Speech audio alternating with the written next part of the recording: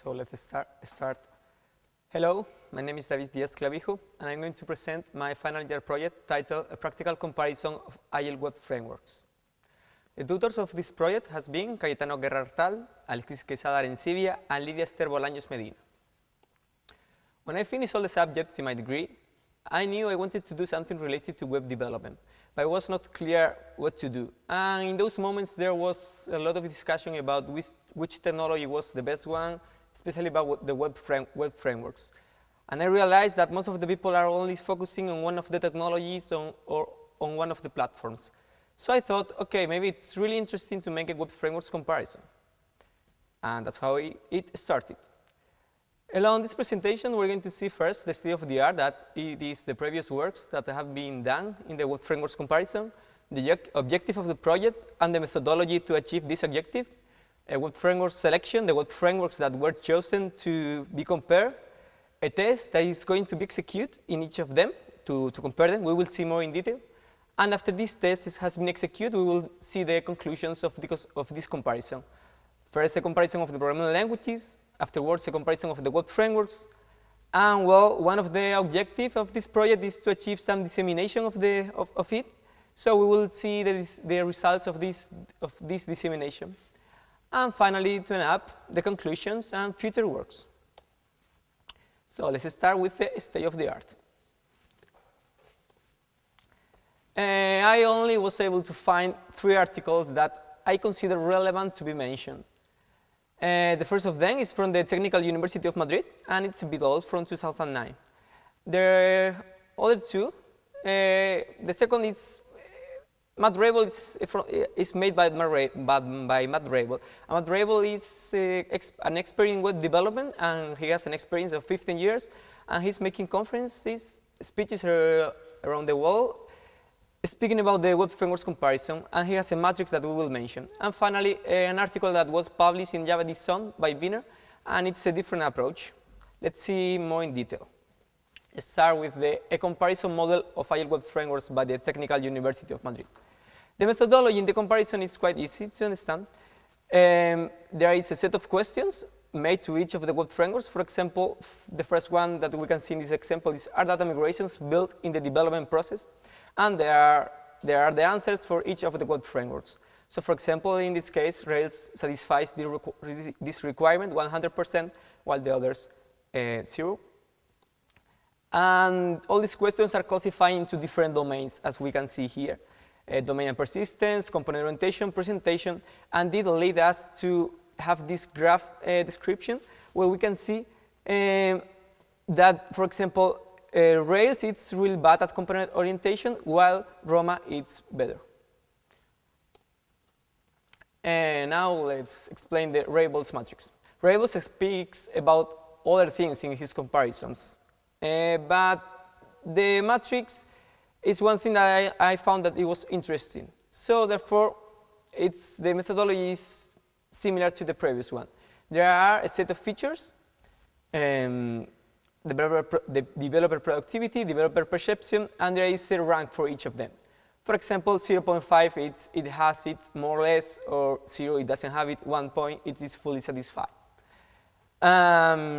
There is, maybe it's pretty similar to the previous one, but there is one big difference I would say. It is, the previous one it was made by the university, so it was trying to be scientific and precise, while this one, Matt Rabel actually says it is just his opinion. And this comparison that made Wiener is quite different. Okay, what made Wiener is, first, he defined different types of web applications. Okay, on the left side, we have the classical web application, that it's a really basic website with just CRUD operations. I would say something like Wikipedia. You can see some data loaded from the database, but it's just HTML and CSS mainly. While on the right side, you have those web applications that require a lot of interaction. In the most extreme, you have those which even require plugin, for example, the Flash games. But if you go to the left, you are able to make those kind of things with JavaScript and a lot of interaction, like Gmail. It will be an example of this type of application. And according to this typology of web applications, he says, okay, there are some frameworks which works for some kinds of application, where there are others which works for another kind of applications. For example, Spring Boot is a good framework for building a site like Wikipedia, while GWT it's a better framework for building a web application like Gmail.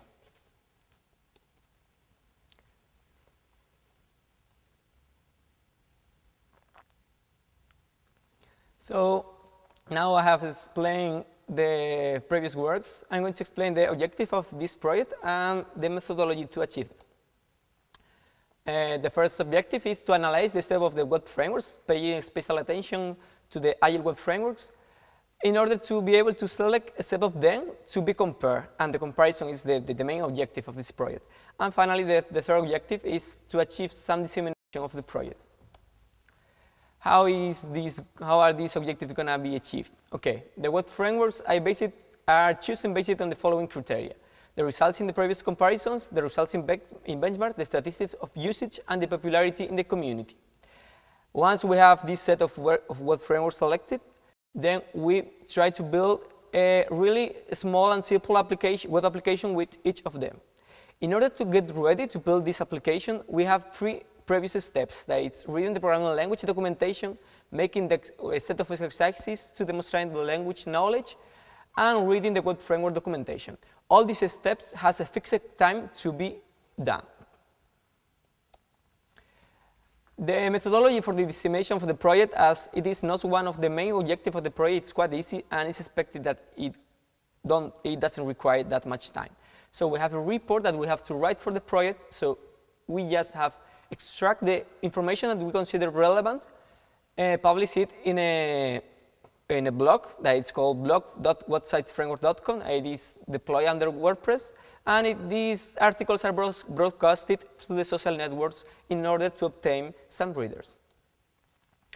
The plan for making this objective is, well, 50 hours for the state of the art and the dissemination of the project, 100 hours for the text definition, 50 hours for the exercise design, and the biggest task in the project, that is the execution of the test, the development of the really small application with each of the technologies, and the learning process, that's 500 hours, and finally 100 hours for the conclusions.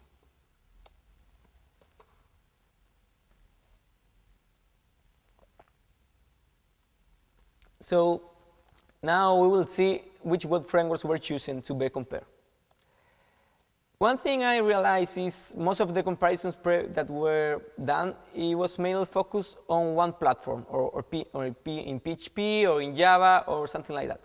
So therefore, I thought that maybe it is really interesting to make a comparison of a cross-language set of web frameworks.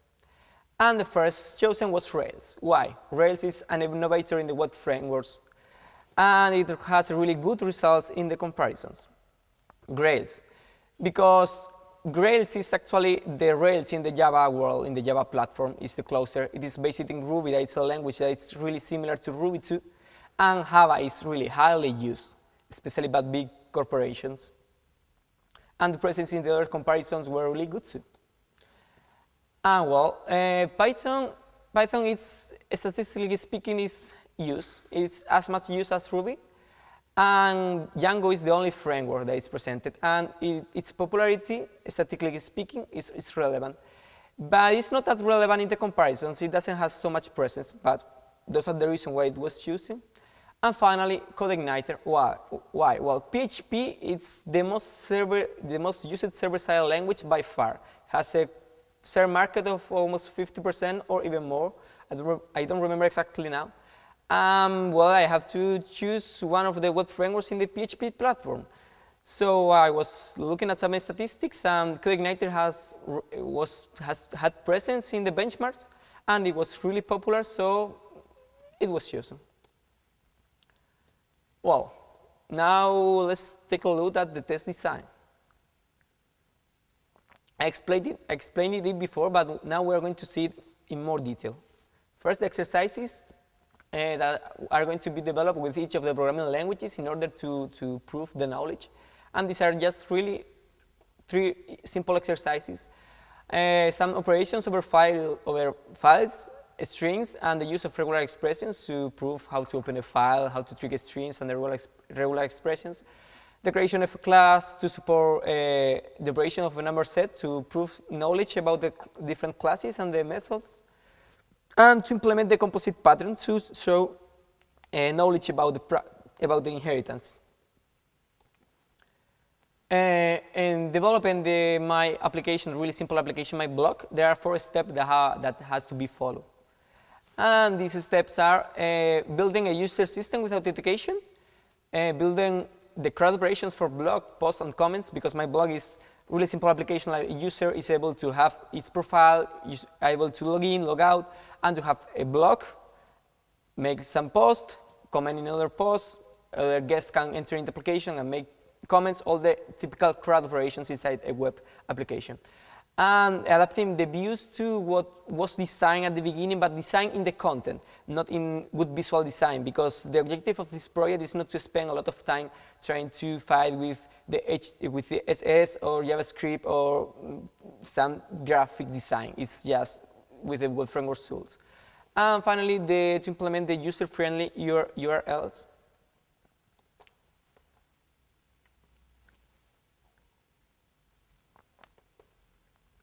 So until now, we have seen which are the objectives of this project, what frameworks we're choosing, and how we are going to compare them, or which tests we are going to pass in each of them. So we have passed all the 500 hours implementing this really simple application with each of them.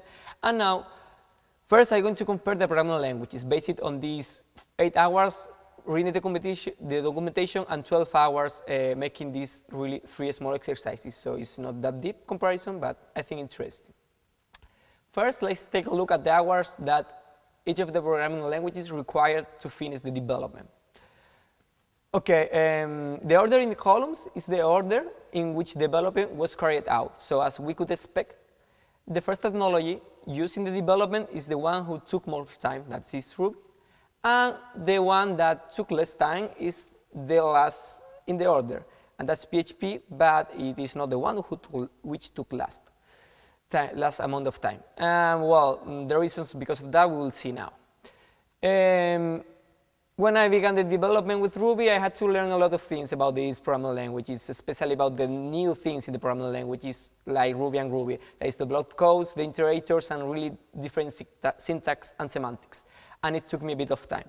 Furthermore, I had to learn how to use the regular expressions properly because I didn't have that clear in my mind. I had to find the correct regular expression for the exercises, so it really took a big amount of time. And in Ruby, it was easier because I knew already how to use the regular expressions at the blocks of code. I mean, Ruby and Ruby are really similar programming languages, so therefore it was easier. And in Python, it was a really special case because for everything I need, there was a library which was able to do it. I didn't find that easy in the other programming languages. And in PHP, I already have a great knowledge about the problems I had to solve, but and the syntax is really close to C++. I have quite experience in that language, so it should be easier, but it was not because I had to write more code in PHP than in Python, so it required more time. And based on this experience, I made this comparison of the readability of the programming languages. I think it's interesting. So the methodology I follow is the following. I just say a sentence, an order that I would put inside the source code of the exercise I solved, and I saw the implementation in the different programming languages to see how close they are to the natural language, speaking in English, of course. So the first example is the list of numbers empty. In the case of Ruby, we can see one great feature I would say that this language has, and it's the possibility to use the question mark and exclamation marks inside the method call. And even you are not forced to use the parentheses in the method call. So we have the number, so we have this example that I think it's really readable. In the rest of the programming languages in this that are presented, it's not possible. And in this first example, we can see that in the case of Ruby and Ruby, it's more possible to solve this problem in an object-oriented way that it is with Python or PHP. In Python, you have to use the object like a function over the variable. While in Ruby, for example, you are still able to use to solve the problem in an object-oriented way. And in the second example, collect the names of each element and write them in a paper collect result. We can see how Ruby and Groovy makes use of the code blocks and iterators to make something more readable. While Python and PHP are more traditional language, and they still use a kind of for statement to solve this. In the case of PHP, we can see that it has to use the $sign in front of each variable, making a more verbose code. So according to this really small comparison of the programming languages, I can say Groovy is 5 times faster than PHP, Ruby, and Python, and it's pretty similar to Ruby. And the first thing that is 5 times faster is not something from this comparison, it's just from the benchmarks I read. Python is the language that allowed me to know more useful libraries in this short comparison. So it's the language which allowed me to finish the development earlier. Ruby, according to this previous comparison, I think it's the most readable language. It's the language which needs more time to finish the development too, and the first one to develop with. And PHP is the second language which allowed it to develop in shorter time, while it was the last one to develop with. That's important to know too. It's really close to C++, a really traditional language.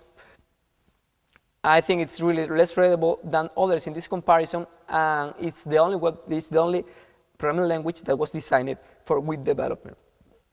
Sorry.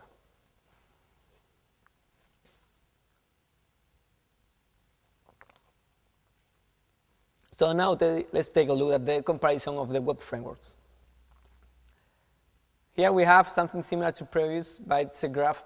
The order in the columns, again, is the order in which development was carried out. We can see that there are different colors, blocks of color, which represent the different tasks. For example, the blue color is the task of reading the documentation. And therefore, we can see that Rails took 30 hours to read the documentation, while CodeIgniter took 22 and a half. I wasn't able to finish the development with all of the technologies. With Grails, I couldn't, and we will see now why. With Rails, I could. With Django, I could, even in less time than the fixed time, and with CodeIgniter, I could, even with less time than the rest. We will see now more in detail each of the tasks. Let's first compare the documentation of the different web frameworks. So at first sight, I would say there are two kinds of documentation. The Rails and Django documentation, I would say it's really complete and easy to understand documentation. It's full of examples, has a clear differentiation between the beginner and advanced readers, and the support from the community is great. And the Grails documentation, I would say,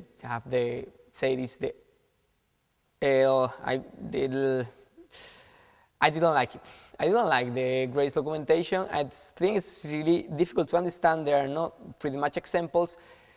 The support from the community is not great. It's difficult to find the answers. There is another case, that is the CodeIgniter documentation. It's different from the previous because it's really concise and short. It's not like Rails and Django documentation that is really long. In the case of the CodeIgniter documentation, I was able to finish to read all of them in 22 hours and a half. And there are not so many examples, but they are not needed because I was able to understand the framework, the things that were explained. And the support from the community, maybe it's not that big as Rails and Django, but it is enough. Now let's take a look at the authentication implementation with each of the things of the systems. When I began this development process, I had never built any authentication system in my life before. So therefore, I thought I was reading the Rails documentation, and they recommend you, if you had never done that, to make it by yourself, to make an authentication system and not using any library. And they explain you just follow this tutorial. So I did that, and then it was quite easy to do. It only took me 30 hours and a half.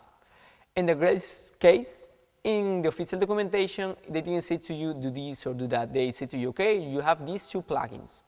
So you can find the documentation there, and you can read it. So, okay, first, as a developer, you have to decide which one I choose.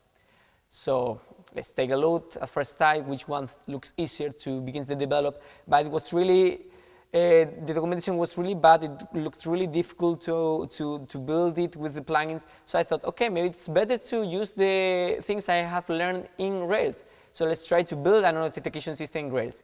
While I was trying, I learned a lot of the things about the Grails framework. And while I was trying, I found a blog where there was a documentation for the Shiro plugin, and it was really well explained. Actually, they were complaining about the official documentation, so finally I was able to use this plugin. And it really required a lot of time to finish this task because I was quite lost at the beginning. In Django case, it was quite different because, well, Django is the only web framework that has a bundle authentication system in the core. That's really good, I would say. And I just have to read the official documentation of it and adapt it to satisfy the requirements of the project.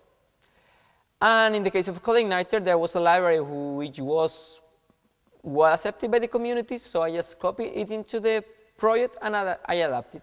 Their source code was quite easy to understand and to adapt it, so yeah, it was good. Well, we have now an application, we have read the documentation, we have made a really simple user login system with user registration, and now we're going to implement what is really common in the web development process, that is the CRUD functions, like to create, read, update, and delete a different resource. So as this is so common, each of the web frameworks has different tools for making this task. And what I'm going to do to compare these different methodologies is I'm going to explain a small implementation of the function inside the block. So let's imagine that we have to build the controller for creating a post in the different web frameworks, okay? All of these frameworks follow the MVC pattern, so we have the model controllers, the models, the views, and the controllers. So in the Rails case, you could start, I would say it's the faster way, with a command. That is the scaffold technique. You just write in the console, Rails generate the scaffold, the name of the resource, in this case post, the name of the fields you would like to be generated, in this case title, body, and the type, and then Rails make the generation of a model, of a controller, and of a different basic views. And here we are seeing a really basic example of the method create. It does the same for the method update and the rest of the methods, but we're just seeing this code. And it's pretty simple. Just get the parents from the request and try to create a new post. If it's success, it renders. If it doesn't, it renders the errors, and it tries to render in HTML and in JSON. In the case of Grails, it's pretty similar, but there are small differences. For example, you don't use the command since the beginning. You first define the domain. So you just declare a class post with the fields that you need, and afterwards, based on this domain you have defined, you say through the command to a scaffold to generate the rest of the code, and it does generate the controllers and a basic views. The controller is pretty similar to the Rails controller. The only difference is it supports internationalization by default, and it doesn't support a JavaScript or JSON by default. In the case of Django, it is quite different to the previous we have seen. Okay, what makes the Django is Django has different classes, what are called the class-based views. A class for create view, a class that is called detail view, a class for update view, and all these classes have the common workflow of updating, creating, reading a resource. And when you want something that is equal to the common workflow of this process, then you just declare, for example, class plus post create, inheritance for create view, and you define, okay, my model is post. And you can close that, and it's already done like the common workflow. But probably, like in web development, you are going to want to change some behavior. So you have to know the workflow of the different classes, of the different super methods, to override the method you need to be able to obtain the functionality you want. For example, I want that the create post requires a user to be logged in. So I just get the dispatch method that is one of the first that is execute and use a decorator to require the login. And if I want to connect the block that is the block of the user with the creation of a post in the form valid, I override this method, and before calling the super, I modify the workflow as I would like it to happen. In CodeIgniter, it's different to the previous ones. You don't have code generators, and you don't have class-based views. So what do? You write the code. In CodeIgniter, you have libraries and an MVC skeleton, but when I have to make all the controllers, I had to write all the code. It's a bit larger than we can see here, but it's not a larger. I mean, the code is pretty similar to the previous ones. So, well, from a side view, we have two different kind of approach. First, the Rails and Grails approach that is generating the code, and they are quite similar. Only difference is it's maybe the views generated by Grails are a bit more verbose than those generated by Rails. Well, there is this support in Rails, while there is not this support for JavaScript in Rails and JSON, while there is not this support in Grails. And well, in Django, we have this really different approach that is the class-based views.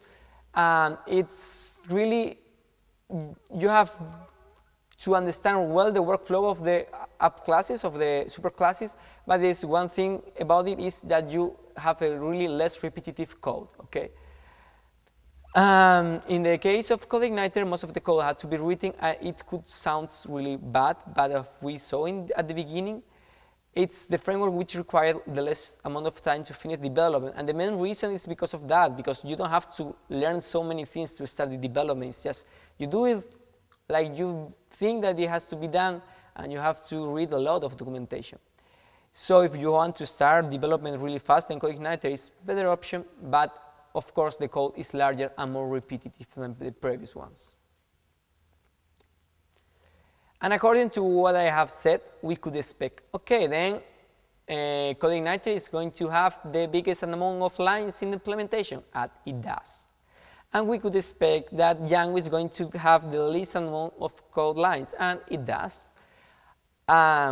We could expect that Rails have maybe more lines than Django, a lot more than only 30, but it doesn't. I would say that's a good point for Rails, because although there is some repetition inside the controllers, it's able to keep it really short. And in the case of Grails, we could expect something similar to Rails. And I would say it's because of the language. I would say it's because of the views in the Grails framework are quite verbose. These are just some screenshots of my blog application developed in Django on the left side and the CodeIgniter on the right side. We can see that, I mean, they're pretty ugly. As I said, it's not an objective of the project to make some really nice HTML and CSS, but the functionality is working. So the conclusions about the code framework comparison. Okay, you have two options at the beginning. You can choose one of the code frameworks that require a lot of time to learn by them. That's Rails, Grails, and Django. Or you can choose a really easy to start development with framework that is CodeIgniter. And that's the really good point about CodeIgniter, and more important, the documentation too. I mean, I think the documentation is really great because it's really short, but everything you need is there. But you have a cost, and the code that is produced is more repetitive, and yes, it is based in PHP. I would say it's less reliable than others. In the case of the other frameworks, Rails, Grails, and Django, you are making a long-term investment, I would say. I couldn't say that you are going to be more productive in the long term, but I think you are going to be because of the generators and other things. But, well, between these different web frameworks, The special thing about Grails is you have the best performance, especially because it's based in Ruby. But it requires a lot of time to learn, and if you are doing by yourself, then it's going to be quite difficult, I would say. But once you have understand how the framework works just a bit, then it's more or less similar to the others. At least if you see the times when I was trying to build the authentication system, it took me a lot of time to learn by the framework, but by the time I learned it in these 30 hours, the rest of the tasks, the time it took to me to solve them, it's similar in this framework than in the other ones. And the difference between Rails and Django, most of them are really easy to learn because of the documentation is really great, but they require a lot of time too. There are some differences. Okay, for example, Django has these class-based views that it allows you to have a less repetitive code and most concise, but you don't have some features that has Rails, for example, different tools for managing the databases. That's called migrations. You cannot have that in Django, or great support for JavaScript, not only for rendering JSON, but to throw in code in JavaScript to be executed in the framework, in the client side.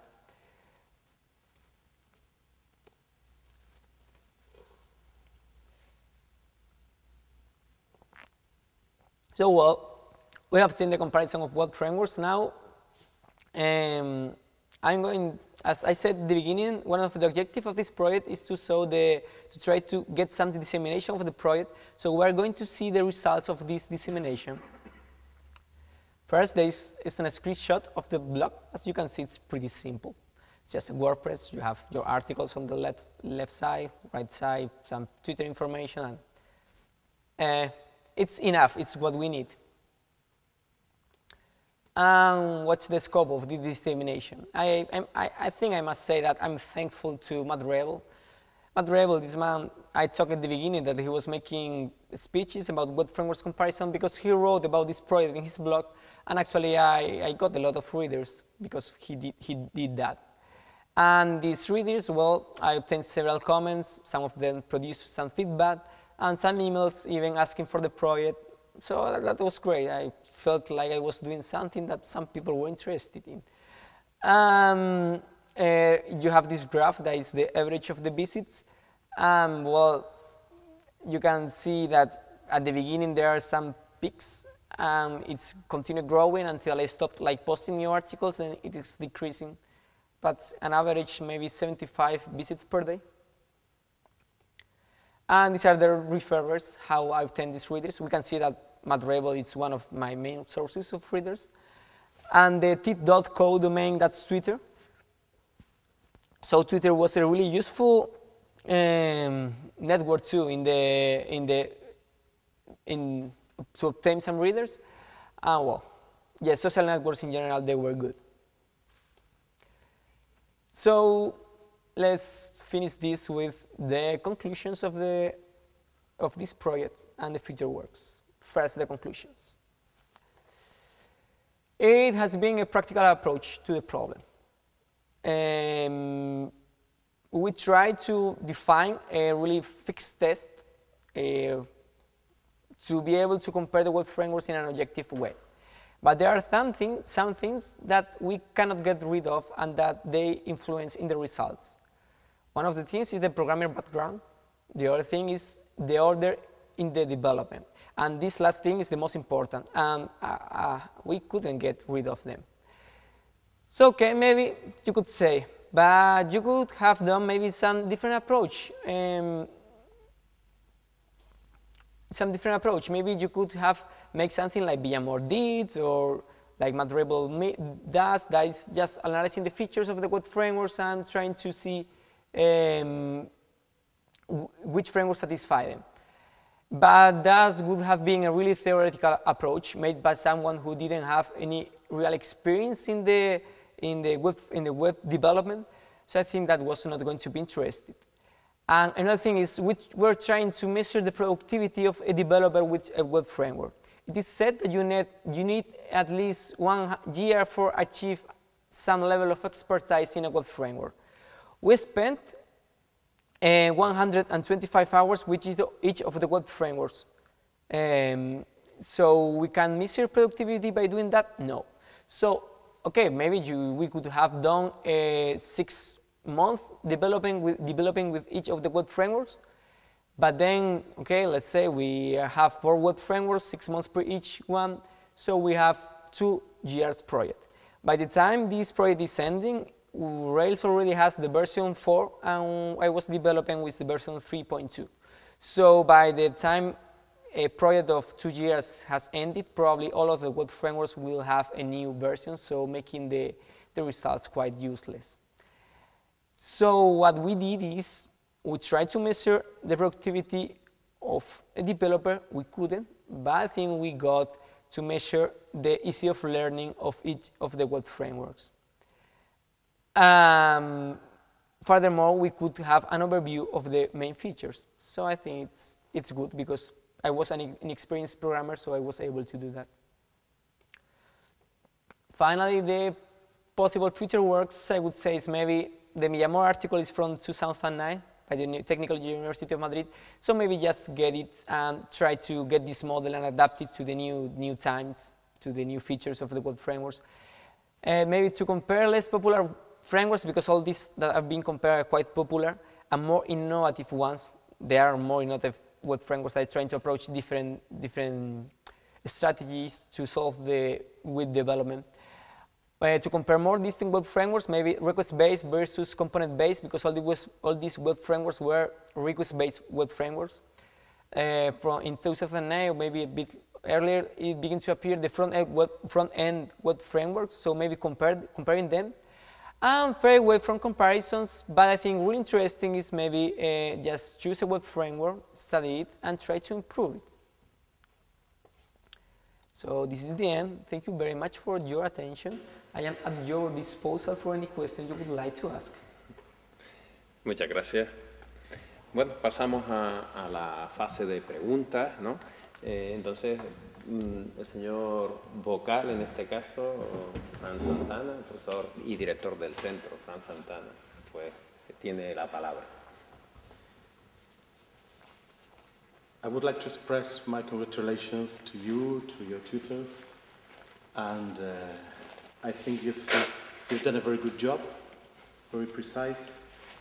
And my first question is, why are we talking in English? Because I think our mother tongue here is Spanish for everybody, so I would like to know why you choose English. Because, I mean, I don't know if any of you, like well, computer scientists, have recently read some documentation of some project in Spanish. Maybe I haven't, I don't know, since my second year in this school, like my teachers were giving my documentation just in English, and it's just up to you to learn it. So, I don't know, for me it doesn't make sense to write and to explain anything about computer science in Spanish. It's nothing against, it's just if you write in English, if you speak in English, you have more people who is able to understand you. And actually, I really like Esperanto, for example, but I mean, the international language is English, so just learn it and speak it, and I mean, it's great to have an international language, kind of. In my opinion, I think when we choose a language, it's maybe because the audience to which your speech is directed maybe is English, so maybe that would be a good reason. I think it's very relevant that you wrote everything in English because you want to share, well, your investigation, your research with other people, but I don't really understand why you did it in English. I know I understand what you said, but I don't think it's not quite appropriate for today because everybody speaks Spanish. So anyway, you did it very well, so I liked it. It's a tutor missing here. You know why? Yes, because she had classes and she couldn't avoid them because she told me like she needs the new system that is working in the school. As if she's missing any class, then she's not able to follow the. But she has been very active in the tutorship. Yes. because for me it's very important when one of my students, you know, has a presentation of a project to be with the student, you know. That's why I wanted to ask. Okay, so I have just a few questions. You meant agile, not agile, didn't you? Agile. Yeah. And it's not igniter, it's igniter. Okay, thank you. In order to, yes. to express. Okay, so I think these types of projects are very uncommon, but very useful. Because when somebody intends to learn a new programming language, sometimes we don't know why to do it. Maybe they are trendy, and that is why I choose them. But sometimes, you know, there is a gap on the web that I think you can fill a little of that gap with your research. What's the domain name of the blog? Because I didn't see it. Websites ending in S because of SEO. Websites frameworks.com. Okay. Especially that's the main page. Like if you want to go to the blog, that's like the main place where all the articles are published is blog.websitesframeworks.com. Okay. It is quite funny to see your email account. It's david@diazclavijo.com. Yes. So you have a domain name with your surnames? Yes. Okay. In slide number 11, can you please jump to that slide?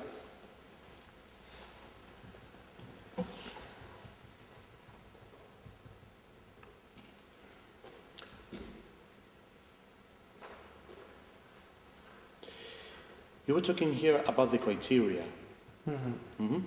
So for me, I think the analysis would be different if you choose different criteria.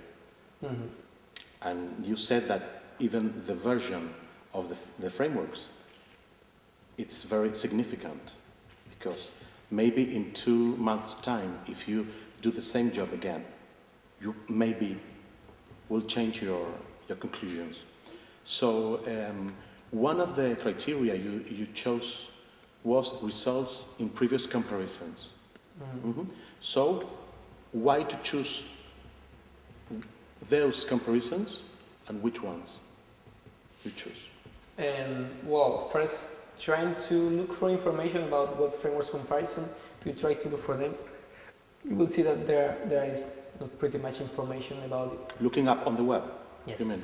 Yes, or even like in the universities, less like in articles. Only this article by the Technical University of Madrid. Even I contact with the main author, Villamor, like, do you know any other works, or have you keep the work up? He told me that it was an abandoned project from Java sobre ruedas, by the way, because it was in Java on Rails. Yes, but in this case, it was in Spanish. Like the project was called that name. I found the most easy to find was Madrego, like it's the most famous in the Google search and list. I think that Madrego is doing a good work, but I think that the Villamor is the most correct approach that has took, but it was a lot of effort. 2 websites places, or 2 people who read about them? Like a comparison. According to whom? According to the approach, the web framework comparison. Yeah, but why? My question is, why to choose that analysis and not another one, a different one? The one from the Technical University of Madrid, because it was the only from the university, and it was the only I was using like passive person and trying to be really scientific and precise.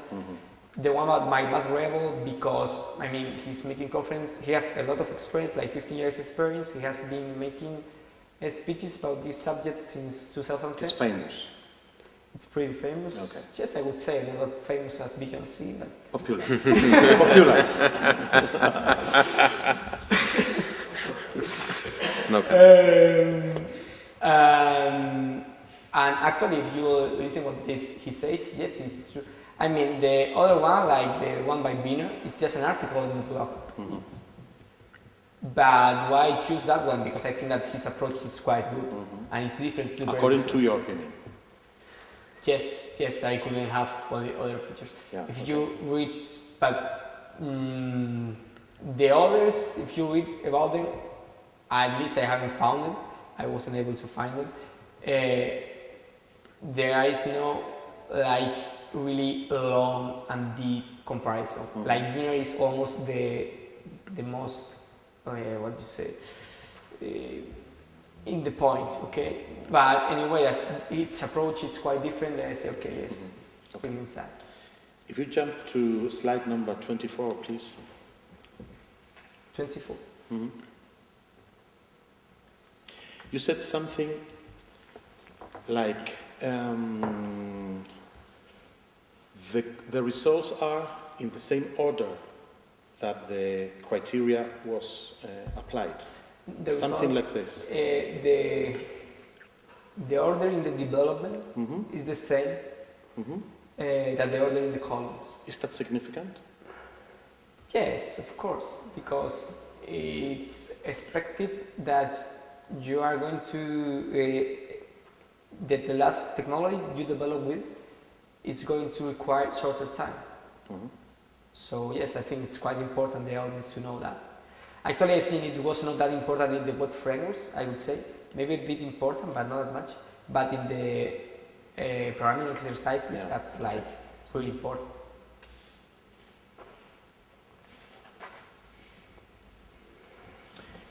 You used, which operating system you used in the system? Linux? To build? Yes, Ubuntu.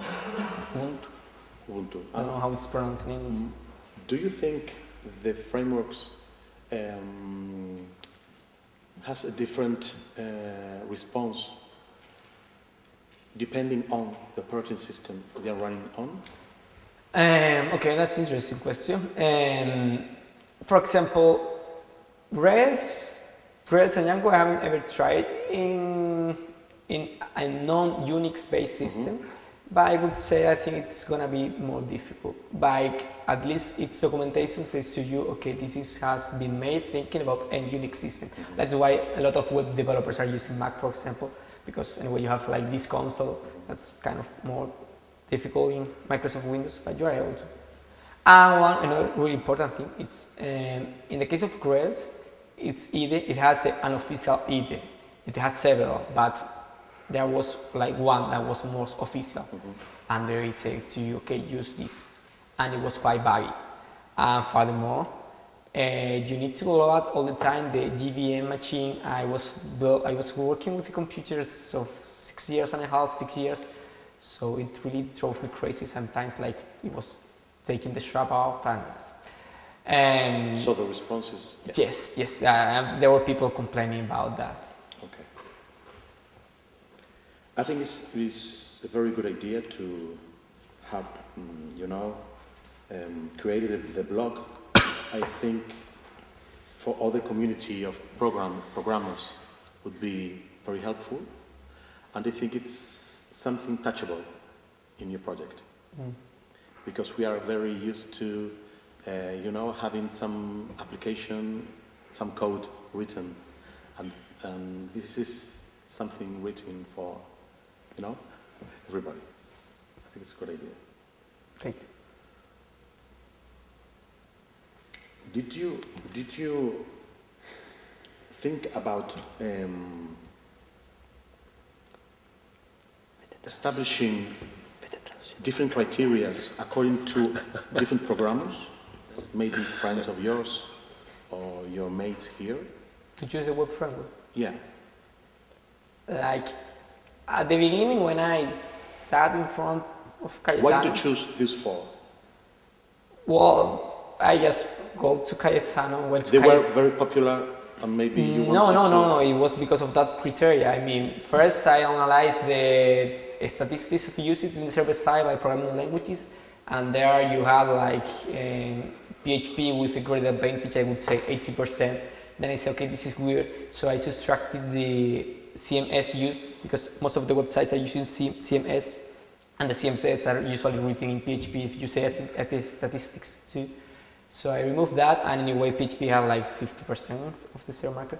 And afterwards you had like C.NET, but we were not going to work with the private technologies. And afterwards you have like Java, like 4% and up. I extracted these statistics. Afterwards I looked for statistics of the web frameworks usage and found some people who were trying to measure that. And there I found which web frameworks were like highly used. I saw all the comparisons. I saw which web frameworks were being compared. I saw in the benchmarks which web frameworks were taking into account and different popularity. That's were the main things. I must say, and I want to say that I think that the criteria could have been improved, but at that moment it was the best I could do. Because I don't know, for example, I think that Grails maybe it was not a good option. There was another option that it was called Play. It's quite innovative one. It's using different programming language, like Scala. But it was maybe more emotional. Like I wanted that framework that according to the statistics and the results in previous comparison. Okay. I found very useful to share the slides with us because you wrote the files on your, I don't know if it's a pen drive or, and I think it's very useful for us because we can, you know, have a look to the presentation, not the report. And for me, it's the first time that a student, you know, share the slides. So that's it for me. Thank you very much, and congratulations on your project. Thank you. Bueno, gracias. Bueno, entonces... I don't understand. Bueno, pues, señor secretario ahora, por favor. So, first of all, congratulations. This is a great job. I like it very much. But as you say in the conclusions, there's a problem with objectivity. You use a framework, then another, and then you extract conclusions about the time devoted to each part of the development. Maybe you were more tired when using Rise, or you have a headache when you use Igniter. So how did you deal with these kind of external factors in order to try to provide the more relevant conclusions? Yes. I was working 5 hours a day, 20 hours a week, 25 hours a week, always. And I was not doing any other job while I was doing that, mostly. Like all my 5 hours were focusing on this project of productivity in my time. And it was the first hours in the morning, I would say. Yes, when I started the first development, it was so great, we were building a web page. The second was okay, also interesting. My third one was quite tired. My fourth one, this has to end. Okay, but actually I think it didn't influence that much. That's my perception. I didn't have many headaches. I don't know. I was like, when I was working on that, I was like really focusing on my work and making. I was taking notes all the time of the problems I have found while I was developing. I have a paper right at my table, and I was writing in gaps of 20 minutes what I have done until that moment, which problems I had. It's something that only takes you maybe 30 seconds to remember what you have been doing in the last 20 minutes. It was really great when I started to write about the web frameworks, because I could find, okay, why it took that much time in this task? What was driving me crazy? And I just had to read the notes. And it's really long to tell all that here, but in the report, it's all explained, like the main things, the main troubles I have with each of the web frameworks, and even I think that what I was writing that, I think that's like it's really useful for a web framework designer to know the problems a new UI has with its framework. I don't know if that answers to your question. Yes, more or less. I like that you are not hiding. You are saying that this has a problem with objectives, and you also, when you present the state of the art, most people will represent not comparisons like you did, but something about Rails and the handbook of Rails, but you are showing us that there are previous comparisons, which is very interesting. When you describe the choosing frameworks, you have chosen 4 frameworks. Frank asked about it, but I'm interested in which frameworks were excluded and why. Because it's interesting to have a comparison between popular frameworks, but it will be even more interesting to have a comparison of non-popular frameworks, because we can discover something very worthwhile that is not commonly known. Yes, I agree totally. But the problem with that is you have like, I don't know, maybe 200, 300 frameworks not popular. It will be a great job. A light job. But there are any popular framework that has been excluded from your analysis? For example, from my point of view and from emotional maybe point of view, I don't know, there is, for example, I don't remember if it's the creator of Groovy. Groovy is the language which is based Grails, and it's really similar to Ruby. But there are some people who built a new programming language that is called Scala, and it's compiled into the Java machine. It is not statistically used speaking, but according to the benchmarks, the language looks awesome. And even the creator, or one of the main persons related to Groovy, he said in an interview or in some blog post, like he created Groovy I think in 2003, when it was 2007 or 2008. He said, okay, if I would have ever discovered Scala before I began to build Groovy, I would have never built Groovy. But that's things that maybe I can say now, but it's not like so strong, like, okay, I deciding this framework because of this sentence of this one. But for me, at least, they're quite relevant. Yes, the framework Play is a framework based in Scala. It's growing a lot, I think. When I saw statistics, it was really good. And there is another one that is called, I don't remember now, Lift. That is not that famous, but it's have a different approach to the problem. That there is one framework that is push based, I don't remember, and pull is when you build from the back end to the front end, or when you bring from the front end to the back end. It's really different. I wasn't able to see that differences. So yes, I would have liked to select other web frameworks, especially in the PHP case, because CodeIgniter I think was not the correct option, but statistically speaking, it looks like the correct one. Okay. Can you go to slide number 6, please? You're showing a graph in which we have security, and we also have adoption. I think security is a critical feature, and adoption isn't, like popularity. You are talking about popularity later in slide 8. So why are you putting together adoption and security? I understand you're trying to show several features and several views, but I think some of them are more relevant than others. Yes, but you mean in this case, but this is the graph from Villamor, like they decided to do so. Default. Yes, but I mean it's you can see there, like, for example, it's good because you, from a point of view at least, because in that graph you can see, for example, that the security of Rails it's not really that good as it is in Roma. So that's the thing. Like other web frameworks, if you take a look at the results from Agile, you only see the final rank. There is no differentiation in the domains, like which advantages the framework have in each domain.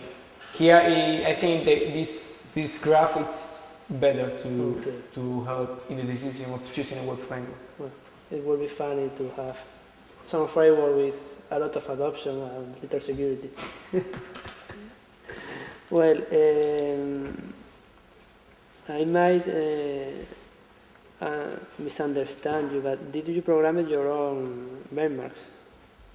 No. I read some benchmark in Debian a lot. It's a project. Okay. Yes, there you can see that like Groovy it's a lot faster than PHP. Okay. And finally, about the objective of your work, do you expect somebody who reads this work to move from a more appropriate framework? Because it's difficult to move somebody who is used to something, Yes. even when this something is horrible. That's a really interesting question. I don't know. I think that this work can be good for someone who doesn't know pretty much about web development. But maybe for someone who has already know about one web framework, maybe it's better to see the works of Villamor, the works of Matt Rebel, and can he change? I don't know. Maybe it's useful. I think that maybe the comparison of the different methodologies that could be a good option. But maybe you are only focused on CodeIgniter, okay? You see, okay, I have these generators, and I think that can be useful. Or you are using CodeIgniter, but you already know which libraries you have already developed by yourself. Maybe you have your own generators, and maybe then you know how they work really well. So maybe it can be. Well, I think this work is mainly useful for people who are trying to decide and are at the beginning. There's one really interesting thing that Matt Rebel said to me when I explained to him about this project. And it's, well, you're making a cross-platform comparison, and that's not really interesting. Because if someone approached you, a business, a big corporation approached you to ask you for opinion, which technology they are going to choose, they are going to say to you, okay, well, I'm using Java, or I'm using Ruby, or I'm using whatever. Just tell me which web framework I use for the next project. But they are never saying to you, like, okay, whichever technology. And in the case of the business, that's maybe my opinion, but there is an important thing is how many developers you have. Because maybe it's going to be faster developing in an experienced Rails developer, but how many of them are, because they are quite different. It's difficult to find them, and they are usually you have to pay more for them, at least for the people I have talked with. So yes. Last question. Will you publish this? Okay, sure, why not? You should try. Thank you very much, and congratulations. This is a very good job. Thank you. Gracias. Bueno, primero felicitarte por el trabajo hecho, ¿no? Por la documentación, la organización de la documentación. Ya está muy bien.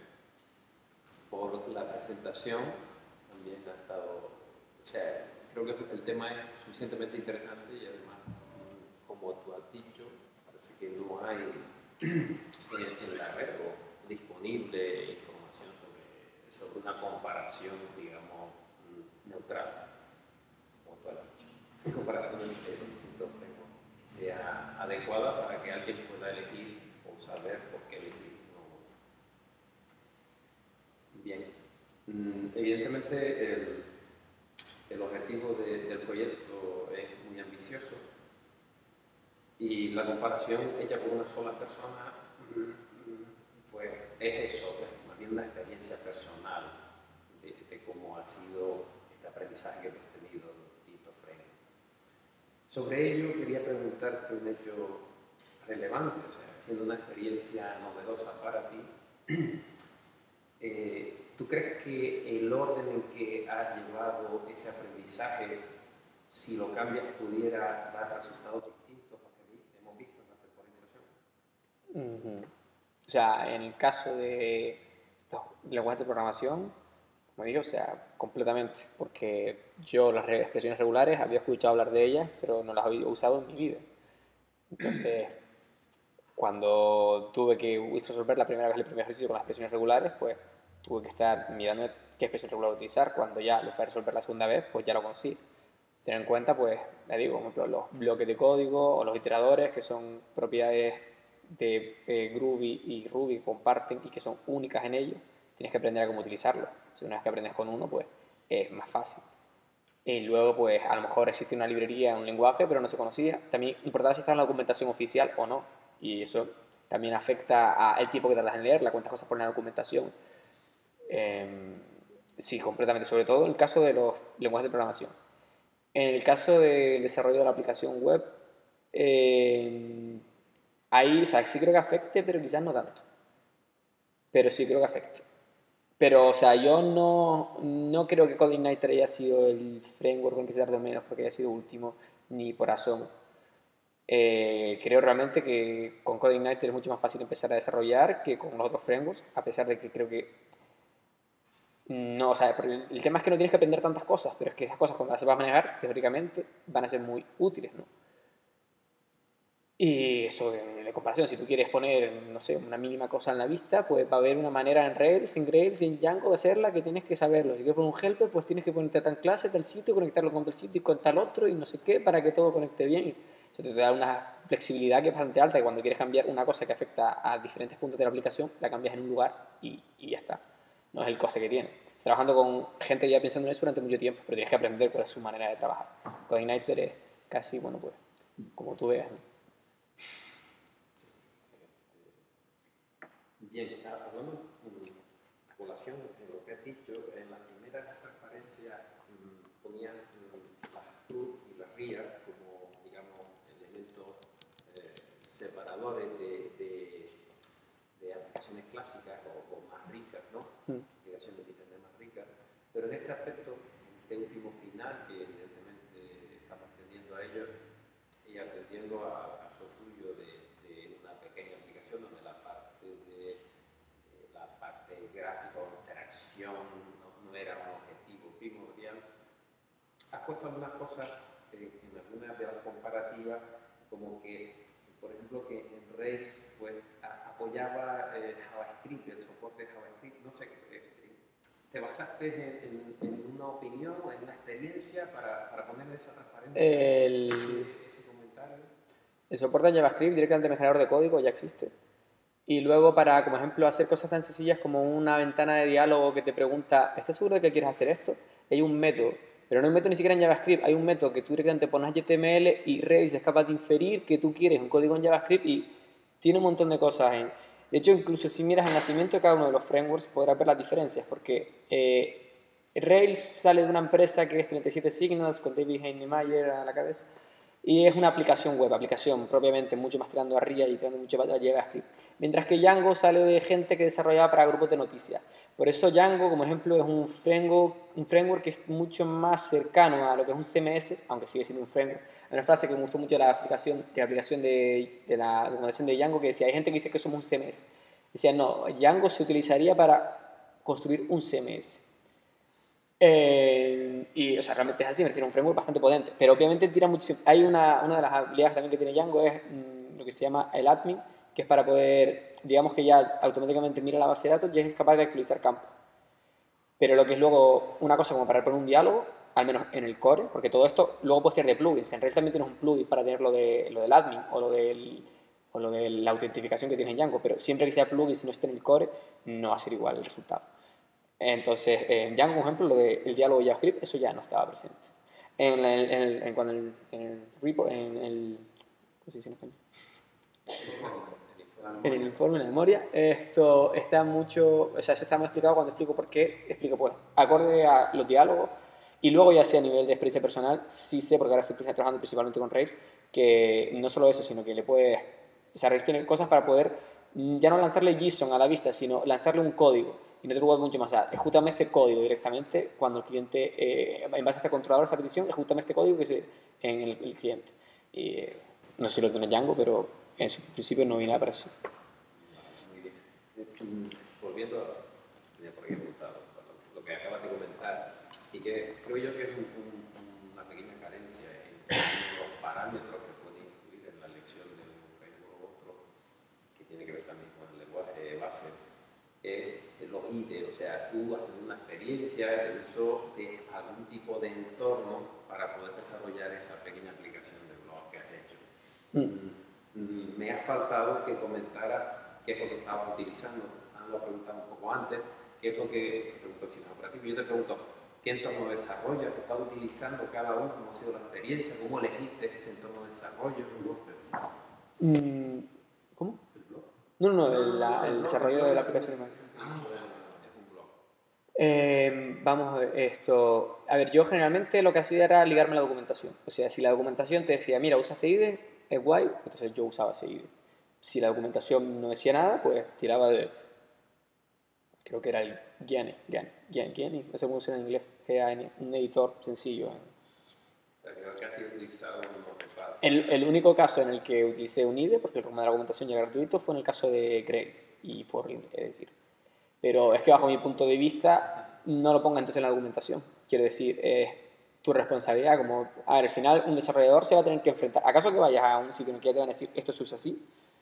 Un desarrollador se va a tener que enfrentar a tomar la decisión de que IDE cojo o que IDE que no cojo. Me imagino que lo que se debe esperar de una documentación acorde es que te diga, mira, usa esto, que no tiene problema. Si no, no lo ponga. Y igual también la documentación de Grails que te pusiesen dos opciones para elegir entre los plugins, pues, o sea, no sé. Desde luego es confuso y retrasa el desarrollo al principio. Hubiese estado interesante también, porque evidentemente seguro que hay entornos de desarrollo que facilitan el proceso, ¿no? Y más para cuando está comenzando, cada uno sabe, pues cualquier cosa vale. Bien, has dicho, cuando has seleccionado los frameworks a analizar, evidentemente, sería analizar todo, como ha dicho Liberio. Veo bien la elección de los más usados, digamos, más populares o actuales. Ante la carencia de cualquier información, mejor saber lo que hay y lo que más se usa, ¿no? Información sobre lo más que se usa. Ante la pregunta de Fran, creo que fue Fran que te preguntó y tú respondiste que no querías utilizar tecnología, hablo de .NET, no querías utilizar tecnología propietaria, también está Mono y que tiene un entorno de desarrollo y todo, ¿no? Para desarrollar .NET, que no es propietario, no es de Microsoft, pero es la misma tecnología, es el mismo software en el sentido, se ha implementado una versión libre del tema. Un comentario, o sea, un comentario no va a preguntar. No va a preguntar esto. Y después, no sé si tiene la documentación, en la página 141 hay un error, un bug. La página 140. Del remoto. Hay un error en el código PHP. Hay un error directamente. Hay un punto, ahí has puesto un punto donde... a lo mejor cuando copié de... No viene un punto, un count ahí para puntualizar el número de eventos. Lo siento, me lo he encontrado. No era que no fue culpa mía, no lo he buscado. Me lo he encontrado. La página 147 es no sé por qué el error. ¿Está bien? Y nada, por lo demás, muy bien. Y yo he acabado las preguntas. Felicitarme por el trabajo realizado, evidentemente. Es que siempre es muy interesante, más cuando aporta cosas nuevas que no están disponibles. Y eso sí que es importante. Entonces, simplemente faltaría, pues, si alguna asistencia. Si me dejas comentarte una cosa respecto a lo de Mono, C.NET. Sí.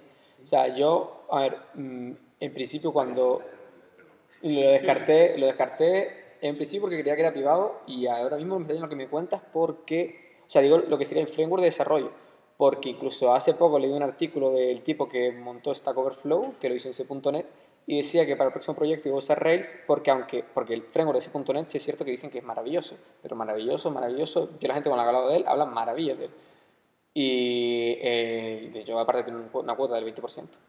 El tipo este que creo que está Overflow decía que se pasaba a Ruby por un tema de licencias y de cosas que tenía pendientes con Microsoft, como que eso era o sea, para montar una aplicación ya grande o no sé. Empezaba a listar todas, yo no las entendía, pero era todo temas legales. Mono lo que va es detrás de Microsoft. O sea, quieres la última tecnología, pues tienes que irte a Microsoft. Vale. Mono evidentemente no puede liderar, o el proyecto Mono en este caso, liderar el desarrollo de .NET, que en las últimas versiones ha cambiado mucho y entonces, claro, te ponen la zanahoria y tú dices, yo quiero. ¿No? Pero tú te tienes que comer la zanahoria de la temporada anterior. Como pensaba que decías que el framework era mono. Y ese, ¿por qué no dice cuál es el nombre? Vale, era mono, sigue siendo sigue siendo mono la versión. Bueno, entonces lo miraste, no es propietario, en principio Microsoft, una de las políticas iniciales ha sido de publicar y hacer pública el estándar que ellos establecen, que cada uno puede implementarlo como quiera.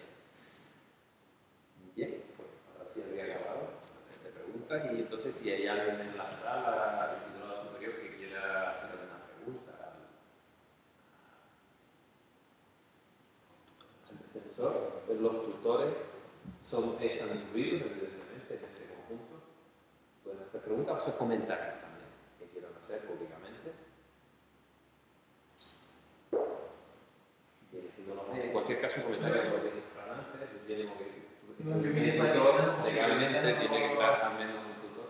Quería decir algo, yo digamos, por lo menos si funcionara... Yo creo que he hecho un trabajo, cuando me planteó el proyecto, yo creo que me planteó un proyecto original, no estaba acostumbrado, digamos, realmente a tutorizar este tipo de proyectos. Estoy, la verdad, que muy de acuerdo con muchas de las consideraciones que ustedes han hecho, pero también yo creo que lo importante, digamos, lo recalcó también David en una de las respuestas, y es que si hay algo para lo que este proyecto es útil, sobre todo yo creo que es para personas que se estén iniciando y que tengan que tomar una decisión inicial. Y como hay tan poco publicado, es un aporte más. Es decir, él estuvo haciendo una búsqueda.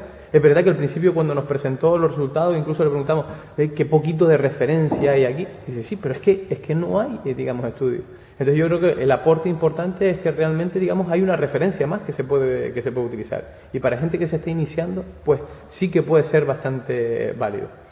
Yo no creo, digamos, que a través de este estudio nadie vaya a cambiar de un framework, digamos, a otro, Oliverio. Eso sí es verdad que no lo creo porque no creo que vaya en esa línea. Pero desde luego, alguien que se esté iniciando sí que me parece una buena referencia para tomar una decisión inicial. Y nada, la presentación también yo no la haría también como tú, David.